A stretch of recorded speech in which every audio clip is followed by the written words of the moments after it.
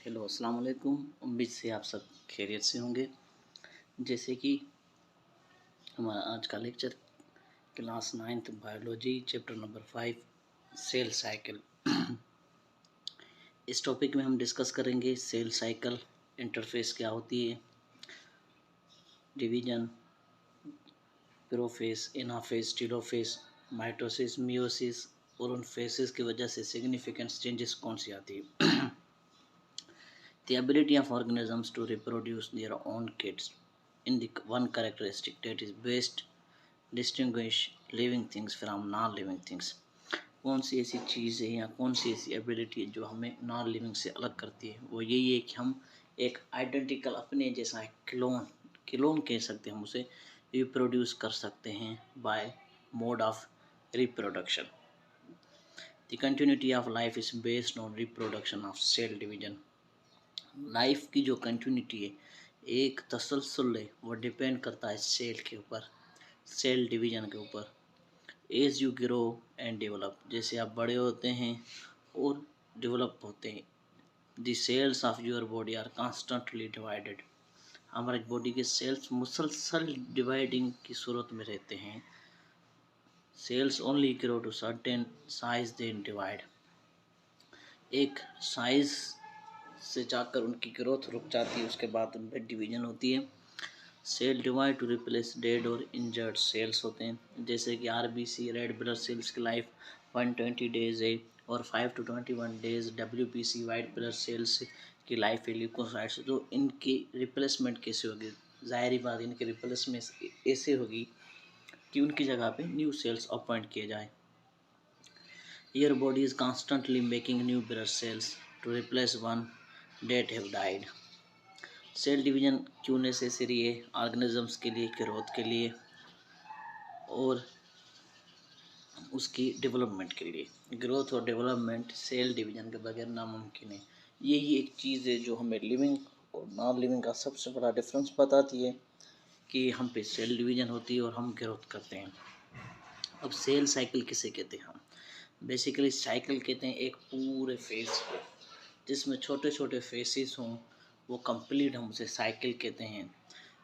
A cycle series of events आपके लिए time cell produce में होती है जब टाटर सेल डिवाइड होते हैं और ये सेल के डिपेंड के ऊपर करता है।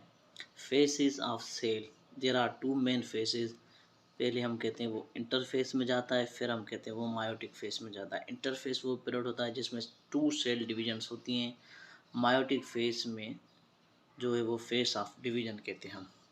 इंटरफेस में बेसिकली वो सेल अपने आप को प्रिपेयर करता है फॉर सेल डिवीजन। इंटरफेस में एज रेगुलर कोई सेल डिवीजन नहीं होती, माइटोसिस या meiosis, just cell able to prepare itself for cell division करता है। मोस्ट ऑफ सेल साइकिल जो होती है वो इंटरफेस में होती है। क्रोमोसोम डुप्लीकेट होते हैं जिस period many cell parts are made होते हैं। Cell does not most growth, typically interphase last for at least 90% of total required होता है टाइम सेल डिवीजन के लिए। इंटरफेस है 3 मेन सब फेसेस होती हैं। इंटरफेस में 3 सब फेसेस होती हैं जिन्हें हम कहते हैं G1 face, G2 face, G3 faces. अब ये 3 फेसेस क्या होते हैं और उनमें कौन सी चीज़ें होती हैं वो हम यहाँ पे देखते हैं। The first subphase is the period before DNA synthesis begin। G1 वो फेस होता है जिसमें वो बिगेन करते हैं, DNA सिंथेसिस जस्ट स्टार्ट होती है बनना। G1 फेस में cell increases, protein production increase कर देते हैं, number of its organelles increase हो जाते हैं, माइटोकॉन्ड्रिया क्योंकि वो ही प्रोटीन की फैक्ट्री कहते हैं हम, राइबोसोम्स जहाँ पे प्रोटीन सिंथेसिस होते हैं और ग्रोज इन साइज बड़े हो जाते हैं। एंड ऑफ G1 फेज में हमें क्या मिलता है, एंजाइम्स बन जाते हैं जो डीएनए सिंथेसिस को एक्टिवेट करते हैं। फिर आता है एस फेज। इस फेज में क्या होता है, फॉलोइंग G1 फेज के बाद सब फेज एस फेज आता है। डीएनए सिंथेसिस एक्चुअली अकर्स, इसमें डीएनए सिंथेसिस बिगिनिंग में होने प्रोसेस शुरू हो जाता है और हर क्रोमोसोम सिंगल होता है। At the end of this phase after DNA replication DNA मुकम्मल तौर पर रेप्लिकेट हो जाए। रेप्लिकेशन की मना क्या है, यानी कि कॉपीज, एग्जैक्टेड सेम कॉपीज डीएनए बनाए खुद की, उसे हम डीएनए स्ट्रैंड की, उसे हम रेप्लिकेशन कहते हैं। क्रोमोसोम किस चीज़ का कंसिस्ट होता है? क्रोमोसोम टू सिस्टर क्रोमोटाइड्स का कंसिस्ट होता है। एक जो उसका क्रोमोटाइड होते हैं और उसके अपोजिट दूसरे होते हैं, जिन्हें फोर आर्म्स होती हैं क्रोमोसोम्स को, जो अपोजिट कापी बिल्कुल सेम या आइडेंटिकल जो उसकी दूसरी जो होती है सिस्टर क्रोमोटाइड, सो फोर आर्म्स मिलके एक क्रोमोसोम बनाते हैं। जस्ट वन क्रोमोटाइड और टू आर्म्स को हम क्रोमोसोम नहीं कहते हैं, वो थ्रेड लाइक स्ट्रक्चर क्रोमेटिन्स ही होते हैं। उसके बाद है जी फेस, G2 फेस, इसे हम कहते हैं इट इज लास्ट सब फेस होता है सेल डिवीजन का। इन this face increased protein synthesis occurs for the production of spindle fibres. यहाँ पे क्या होता है, स्पेंडल फाइबर्स की जो होती है प्रोडक्शन बहुत ज़्यादा इंक्रीज हो जाती है। अब वो इंक्रीज क्यों होती है? क्योंकि सेल बीच से टूटना शुरू होगा। एक स्पेंडल फाइबर जाएगा पॉइंट 1 पे, एक स्पेंडल फाइबर जाएगा पॉइंट बी पे। हम कहते हैं अब एम फेस होगा। In this phase cell divide into two daughter cells में मुकम्मल तौर पे डिवाइड हो जाता है। This phase is called mitosis, इसे हम माइटोसिस या एम फेस कहते हैं।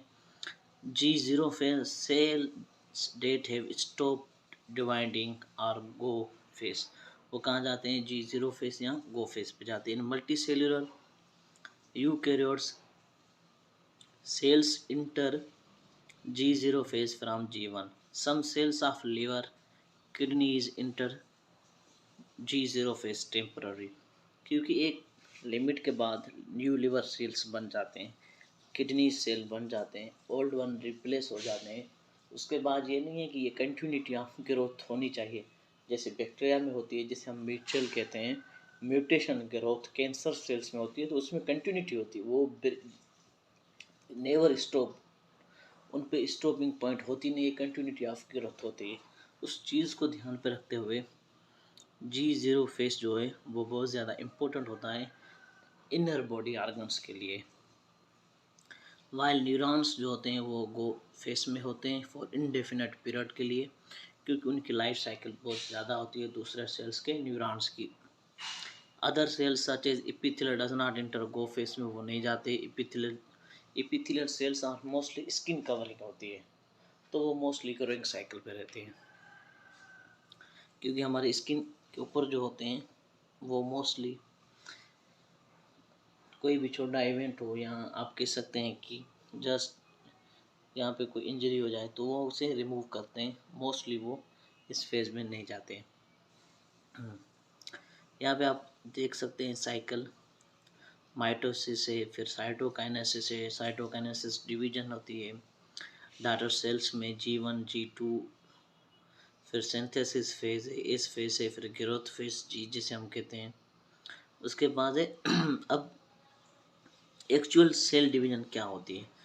ये तो हमने फेजेस स्टार्ट किए, ये फेजेस होते हैं इनके ऑलमोस्ट कहते हैं इन फेजेस की एक्चुअल जो सिविल डिवीजन होती है, इनके अंदर जो मेन पर्पस होता है वो हम डिस्कस करते हैं। There are two main type of cell division, mitosis and meiosis.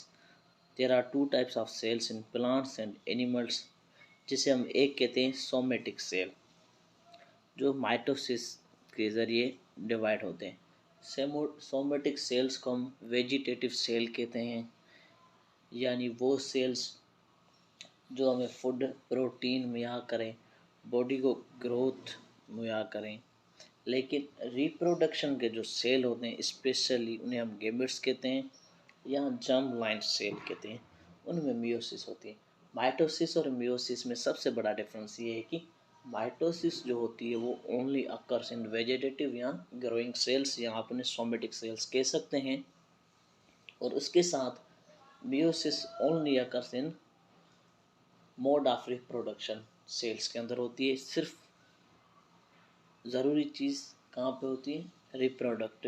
Reproduction के दौरान रिप्रोडक्टिव सेल्स के अंदर, जिन्हें हम जर्म सेल्स भी कहते हैं, स्पर्म सेल भी कहते हैं, इसके बहुत ज़्यादा नाम है, वहाँ पे होती है। और ये सिर्फ मोड ऑफ रिप्रोडक्शन के दरमियान होती है, ऐसा नहीं है ऑल ओवर चलती रहे, no, just mode of reproduction when required तभी ये होती है हमारे कौन सी है? जर्म लाइन सेल, जो मोस्टली मियोसिस में होती है। Thank you.